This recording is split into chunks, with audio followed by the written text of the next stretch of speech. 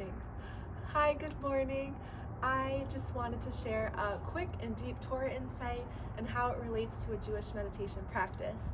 So first of all, thank you to the Gold Herring for this awesome Jewish planner, because I would have totally missed this incredible event that took place. So this week in the Parsha, the cloud of glory comes down and protects and envelops the Jewish people on their journey to Israel.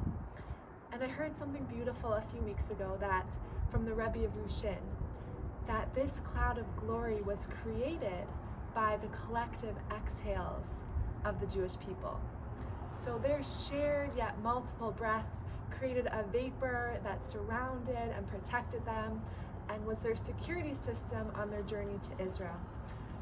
So our meditation for this weekend that I encourage everyone to try is to find a partner, whether it's a spouse, roommate, friend, and you're going to set a timer for a minute, and you can either face each other or go back to back so your spines are aligned, and you're simply going to breathe together in silence. So maybe your breaths will synchronize, maybe they won't, and that's okay, but just tapping into our inherent life force, which is our breath, appreciating it in yourself and how much more so in your partner, and realizing this unified soul that we share. And as a reminder, the Hebrew word for neshima, which is breath, is related to the word for neshama, which is soul.